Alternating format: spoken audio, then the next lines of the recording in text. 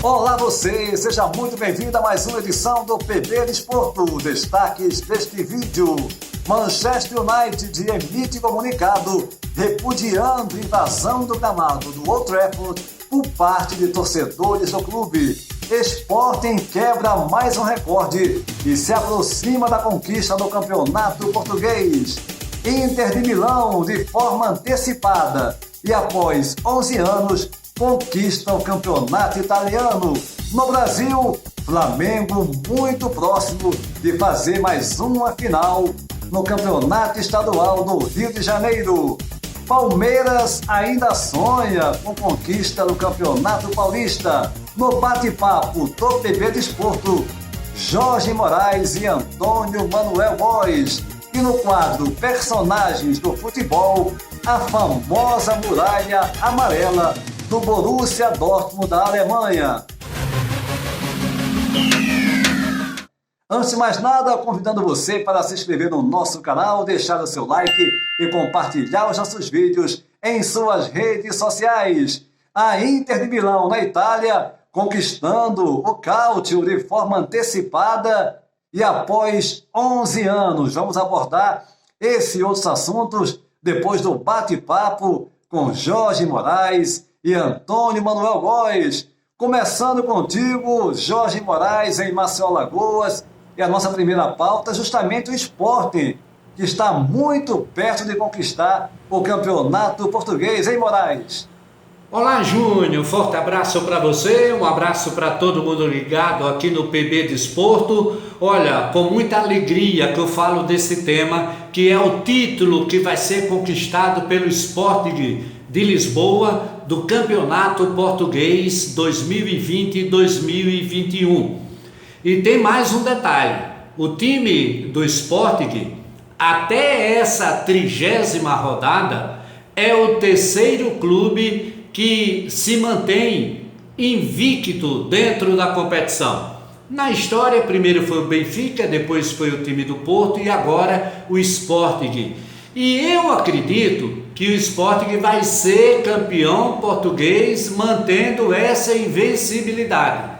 São 19 anos que o time não conquista o título em Portugal. A última vez, o artilheiro do time era o Jardel, aquele que jogou no Grêmio e que jogou muitos anos no futebol de Portugal. Então eu vivo uma expectativa muito grande com relação a esse título que vai ser conquistado pelo meu Sporting de Lisboa, o campeonato que não vem há 19 anos, mas que agora sim vai fazer parte da história desse clube verde e branco do futebol português. Eu vivo essa expectativa, eu torço pelo Sporting e ele vai ser campeão invicto dessa temporada que está chegando ao final. Vamos para frente, eu acredito, viu, Júnior?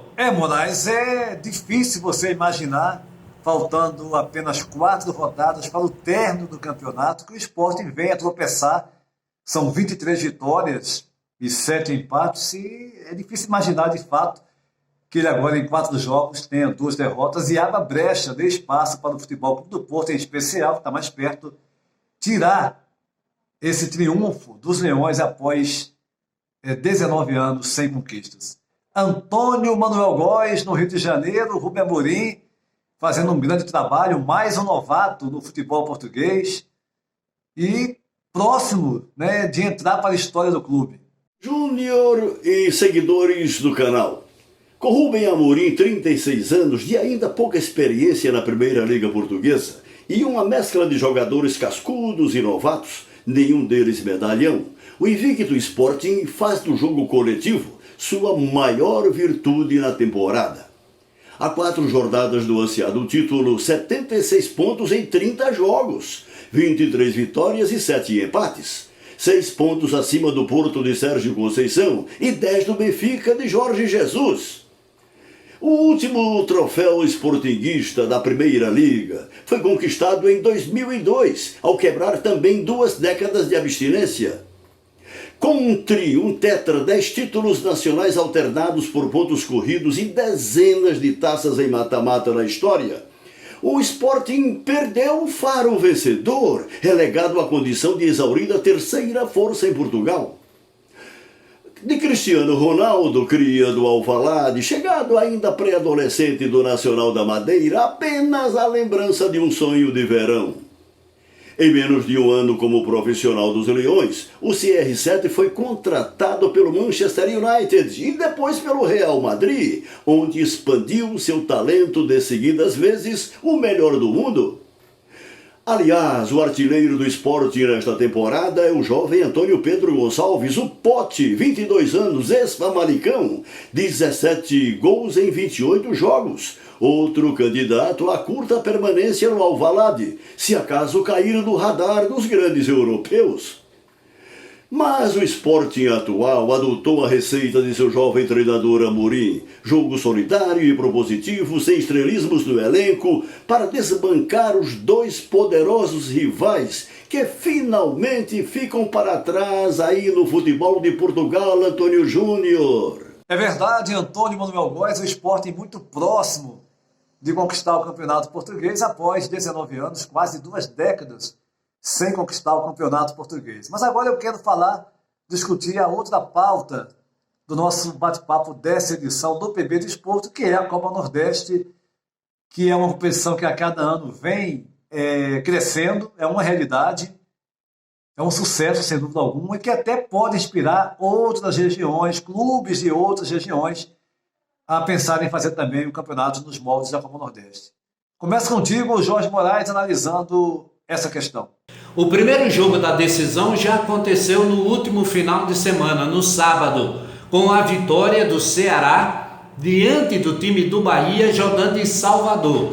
Eu estava apostando todas as minhas fichas no time do Bahia. Eu vejo o time do Bahia mais forte, mais organizado dentro de campo, mas no último lance do Ceará, no jogo contra o Bahia, no sábado, lá em Salvador, o time do Ceará fez 1-0. E agora joga pelo empate na partida da volta em Fortaleza. Mas mesmo assim, eu continuo apostando que o Bahia pode conquistar sim o título da Copa do Nordeste. Com relação aos campeonatos estaduais, já estamos entrando naquela reta final de competição. Alguns estados aqui no Brasil já com classificados os times disputando o título. O Globo, por exemplo, foi campeão lá no Rio Grande do Norte do primeiro turno. E a partir de agora a gente vai ver uma sequência da competição. A gente tem o Náutico lá em Pernambuco, que era o único invicto no campeonato pernambucano, perdeu para o Sport. Enfim, aqui em Alagoas a gente está na reta final também, como lá em São Paulo, reta final de primeira fase, como no Rio de Janeiro e em outros estados do país. Então a gente vive uma expectativa grande com relação não só essa reta final de campeonatos estaduais, como também a decisão da Copa do Nordeste no jogo da volta em Fortaleza entre Ceará e Bahia. Mas eu continuo apostando também no time do Bahia. Tá certo, Júnior? Um abraço para você. Moraes, sem dúvida alguma o jogo está aberto, né? Porque são duas grandes equipes do Brasil, né? Do futebol do Nordeste, e não dá para você, apesar dessa vantagem do Ceará, o Bahia tem todas as chances de reverter esse resultado. É um jogo decisivo que promete. Antônio Manuel Góes, no Rio de Janeiro. Como é que você avalia a Copa do Nordeste, que é, sem dúvida alguma, como eu disse, uma competição que é uma realidade, uma competição rentável, de um nível técnico muito bom e que só cresce no futebol brasileiro? O tradicional mau cheiro dos bastidores do futebol brasileiro não iria faltar na história embrionária da hoje vitoriosa Copa do Nordeste. Tudo começou na década de 1970, anos de chumbo da ditadura militar. Inauguraram-se estádios com obras hiperfaturadas em várias capitais nordestinas, à custa da ladroagem acobertada pelo regime autoritário.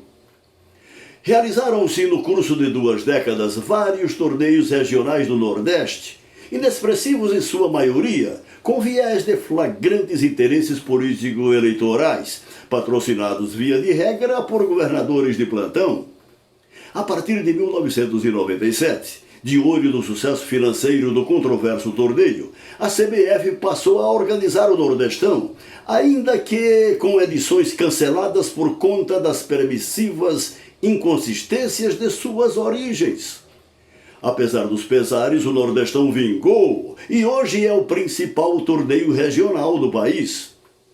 No período a partir de 94, já reconhecido pela CBF e por ela organizado a partir de 97, foram campeões da Copa do Nordeste. Vitória de Salvador 4 vezes, Bahia e Sport Recife 3, Ceará 2, Campinense, Fortaleza, Santa Cruz, América de Natal e Sampaio Correia 1 vez cada. O primeiro campeão de 94, carimbado pela CBF, foi o Sport Recife e o último Ceará em 2020, já em meio à pandemia.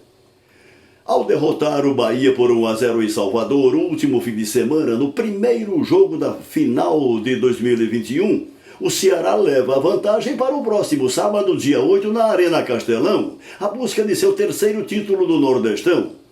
Ao Bahia, a difícil tarefa de reverter o resultado negativo no Barradão, se quiser empatar com o Vitória, maior ganhador do torneio, oxente! Tá legal, Antônio Manuel Góes no Rio de Janeiro e Jorge Moraes em Maceió, Alagoas, participando do nosso bate-papo do PB Desporto. Daqui a pouquinho teremos notícias do futebol aqui na Europa, como também no Brasil. Mas antes vamos a mais um quadro, Personagens do Futebol. E nessa edição iremos destacar uma das maravilhas, um dos patrimônios do Borussia Dortmund, uma das grandes equipes de futebol da Alemanha. E um desses patrimônios é justamente a famosa Muralha Amarela, um grupo de torcedores que ficam localizados no setor sul, tribuna sul, do estádio Signal Iduna Park, o estádio do Borussia Dortmund, com capacidade para 81.365 torcedores. Esse grupo está sempre presente nos estádios desde a sua inauguração, ainda na Europa, para falar da conquista da Inter de Milão, que no final de semana, após bater o Crotone por 2-0 e a Atalanta, que vinha na briga com a Inter pela conquista do campeonato, a Atalanta empatou fora de casa por 1-1 com a Sassuolo, e com esses resultados, a Inter de Milão, pela 19ª vez na história do clube, é campeã italiana, e após 11 anos, 11 anos de jejum.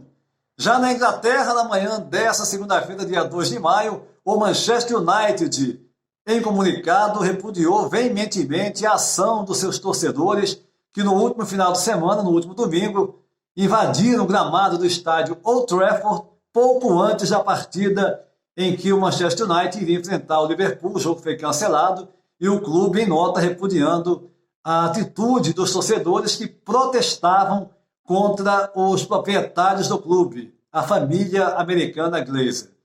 Já no Brasil, o Flamengo, após bater o Volta Redonda na primeira partida da semifinal do Estadual Carioca, do Estadual do Rio, melhor dizendo, joga agora por um resultado igual, já que tem a vantagem de 2 empates, para passar para a final, da disputa do estadual, mais uma vez, em busca do tricampeonato. Flamengo que volta as atenções agora para o confronto dessa terça-feira, dia 5 de maio, dia 4 de maio, melhor dizendo, contra a equipe da LDU, jogando em Quito, jogando fora de casa. Enquanto isso, o Palmeiras, que bateu o Santo André no Campeonato Paulista, ainda sonhando com uma vaga na próxima fase do Paulista, em busca do bicampeonato da competição. O Palmeiras é o terceiro colocado, atrás do Novo Horizontino, com o qual ele briga pela vaga, e ainda tem chance, já que temos 2 rodadas para o final dessa fase do Campeonato Paulista. O Palmeiras do Abel Ferreira, que agora também volta as atenções para o confronto dessa terça-feira, 4 de maio, contra o Defensa e Justiça pela Taça Libertadores da América. O PB Desporto vai ficando por aqui, convidando você para se inscrever no nosso canal, deixar o seu like e compartilhar os nossos vídeos em suas redes sociais. Vá também no PB Desporto no Instagram, sempre com informações do mundo do futebol aqui em Portugal, no Brasil e pelo mundo. A todos um abraço e até a próxima!